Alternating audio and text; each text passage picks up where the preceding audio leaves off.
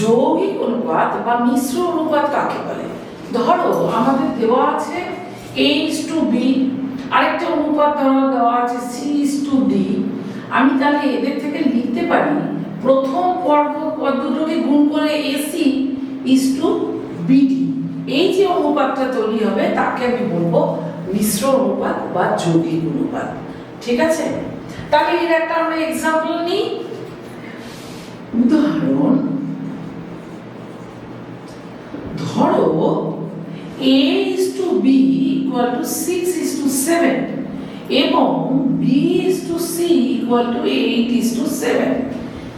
তাহলে A:C সমান কত হবে? এইটা আমার অঙ্ক। আমি কি করব?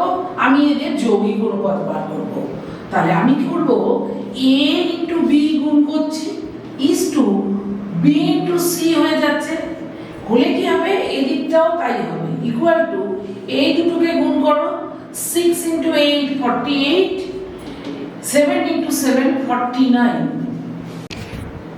এখন এদিকে দেখো বিটা কমন ফ্যাক্টর আছে, আমরা জানি কমন ফ্যাক্টর দিয়ে ভাগ করলে অনুপাত একই থাকে, সুতরাং আমরা কমন ফ্যাক্টর দিয়ে ভাগ করব এবং আমরা লিখব এটা A:C = 48:49। This is our answer.